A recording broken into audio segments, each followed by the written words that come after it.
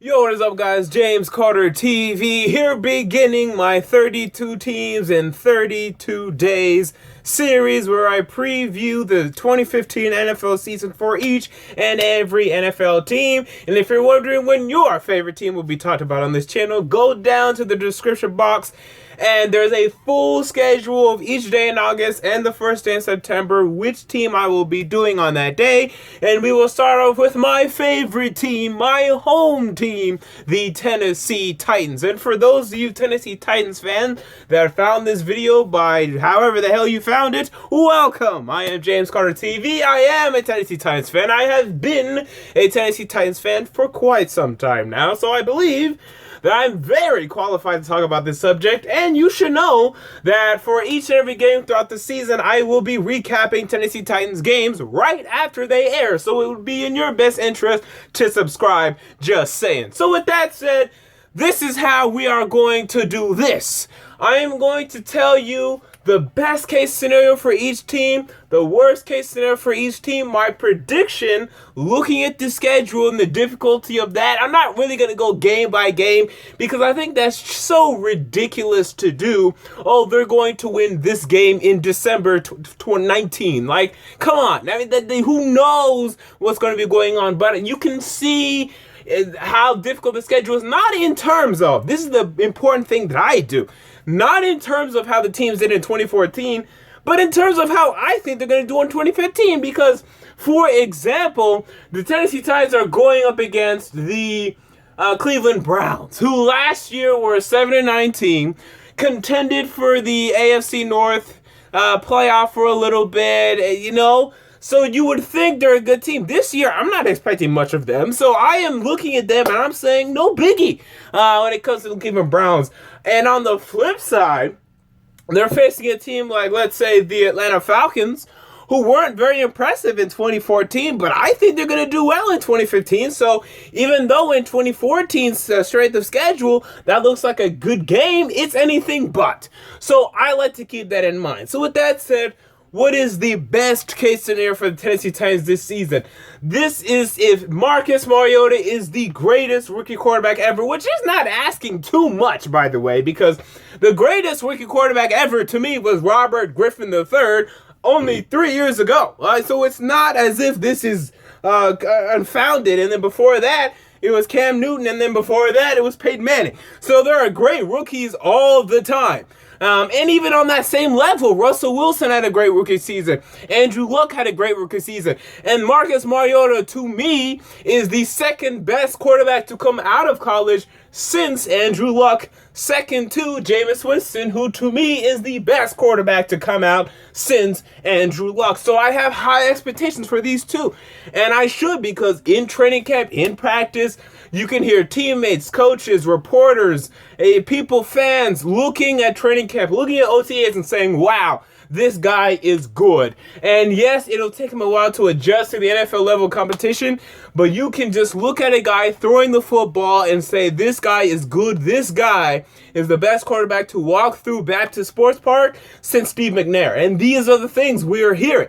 And now that that position has been fixed, we can now see the Tennessee Titans go in the direction that they haven't been in quite some time, follow a trajectory pointing upwards, because now that quarterback position has been solved seemingly for a while now. Now it appears, because hell, Robert Griffin it appeared too, and he had one great year, and then who knows what happened after that.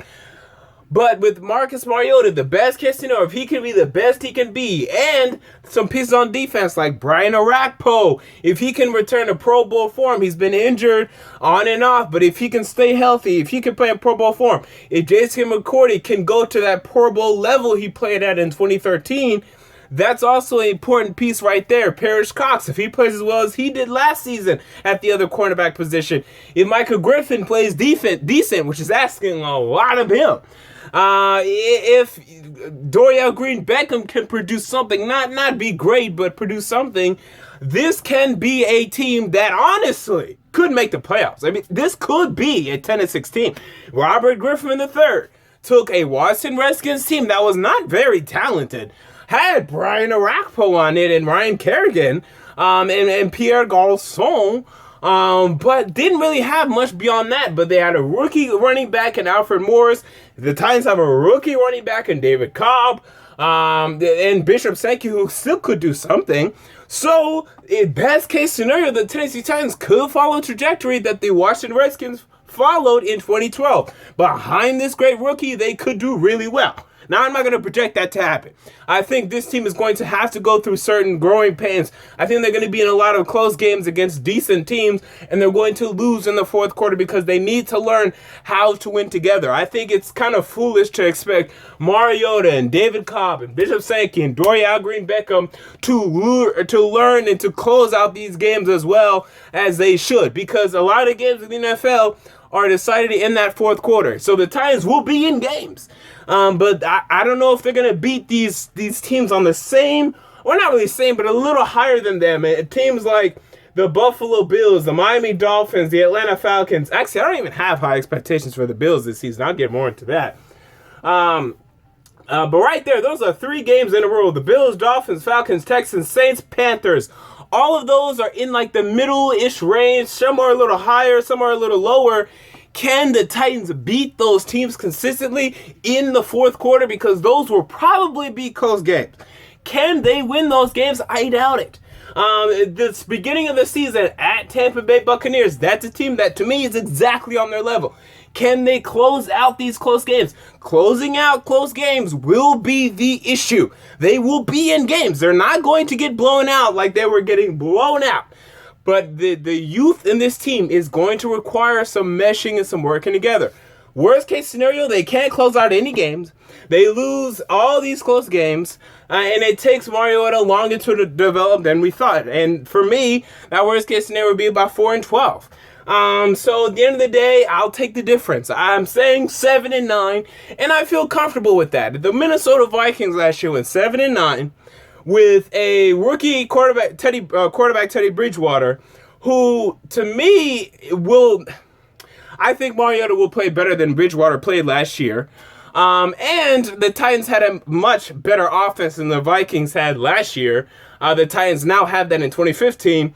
The Vikings defense of 2014 was better than the Titans defense of 2015, but it's close. So I could definitely see the Titans doing what the Minnesota Vikings did last year as a stepping stone towards what they will do in the future. This is a young team. They need to learn how to win together. But best case scenario for them, they learn how to do that right off the bat. They do well, and then boom, you got it, and then that's the end. And they're in the playoffs somehow, and maybe Angela finally has some competition in the division. Again, I don't project that. It's a possibility. The strengths on this team, for me, I wrote down wide receiver, and this is kind of projecting because we already know Kendall Wright's good. Hakeem Nicks has been falling off, but he sounds like he's doing pretty well in training camp, so I will give him that. They drafted Dorial Green-Beckham, who I think will be really good down the road. They drafted Trey McBride, who's something to look out for. They got Harry Douglas in free agency, who's a decent player. He's not going to do anything great for you. And then they have Justin Hunter, who is a little bit of potential. But that's 6 wide receivers. None of them great. But one's good, and Kendall Wright, definitely good. Dorial Green-Beckham, I think, will be good. And then you have 4 more guys that have the potential to do something for you, really. So that's really a strength for this team. Another one I put is linebacker. Like I said before, Brian Orakpo, who joined now Derek Morgan as the outside linebackers for this Tennessee Titans team. They will be able to get after the quarterback, while Derek Morgan and Brian Orakpo can also have a little run defense on them. And Brian Orakpo is a very underrated run defender. He can stop the run, and that's why the Redskins defense suffered against the run last season, because they didn't have him back there to help with that. Although they do have Trent Murphy now, that's really all he does. He's not a great pass rusher. For now, he should develop. And also on the inside, you have Zach Brown, who missed 15 out of the 16 games last season. And on the other side, you have Avery Williamson, who played pretty well, and you expect him to develop as a rookie last year. He played pretty well out of Kentucky. You think he can take another step. Now you have 2 inside linebackers that are pretty dominant in what they do. 2 outside linebackers that can get after the quarterback and also stop the run. Those are the strengths of this football team. The weaknesses for me, I would say the Impending running backs. They're young. They could improve. They could get better. But for now, it's a weakness for this football team. We need to see David Cobb or Bishop Sankey step up and show what they can do. And if we're talking about fullbacks, Justin Fowler, what will he do? He should be, honestly. When you spend a 4th-round pick on a fullback, he should be the best fullback in the NFL in 3 years, or at least top 3, because there's only 3 fullbacks, I think, in the NFL that are even worth anything. So I expect him to be a top 5 fullback within the next 3 years. If he's not, I'll be shocked. 4th-round pick on a fullback, he better be great. He better be Vontae Leach. He better be that idiot that used to play for the Baltimore Ravens. No, that was Vontae Leach. For the San Diego Chargers, I'm forgetting his name right now. He better be great. He better be great. Well, the weaknesses, another weakness for me, the defensive line is questionable. You do have Jarrell Casey, who can get after the quarterback, who can produce a 10-plus sack season. But then you have Samuel Lee Hill, who is on the PUP list to start training camp. And then on the other side, you have Rapati Patoa, who is now actually on the bench, Daquan Jones is stepping in. What will he do? I don't know what he's going to do out there. It's a waiting game to see how he develops out there. Also behind him, they drafted Angelo Blackson. Mike Martin, I think, is going to be cut, but he's still on the defensive line. Those are very questionable guys. You don't know what you're getting out of the defensive line yet, so it could be really good for them. But for right now, it's a question mark. The secondary, it was bad last year. It's kind of turning into a little bit of a strength. As long as Jason McCourty, he needs to play better. I mean, no one wants to talk about it, but Jason McCourty did not play well last year. He was very average, very pedestrian. He needs to play better than that if the Titans expect to do well. Michael Griffin, we already know what his deal is. He needs a great secondary around him in order for him to do well, which is just preposterous. Because Eric Weddle, for example, he never has a good secondary until this year. This year, wow, Eric Weddle finally had a good corners around him. But still, Eric Weddle is able to be a great safety for the San Diego Chargers, despite the lack of cornerback talent around him. That should tell Michael Griffin something. The last weakness, the offensive line is still has some question marks. How will Andy Levitre play? He appeared to be playing better at the end of the 2014 season. Can he be consistent? If not, pull him. Get rid of him, whatever you have to do, and start Jamon Meredith, who Ken Wisenhunt seems to have a boy crush on. Why? I don't know. Maybe we'll find out. And also on the right side, who's starting? Will it be Byron Bell or Jeremiah Potassi? I hated the pick of Jeremiah Potassi, but hey, maybe he'll do well. But the good thing about Byron Bell, and Titans fans need to realize this, is that yes, he played poorly at left tackle last year for the Carolina Panthers, but his natural position to me in evaluating him is right tackle, and he played better at right tackle for the Panthers in 2013.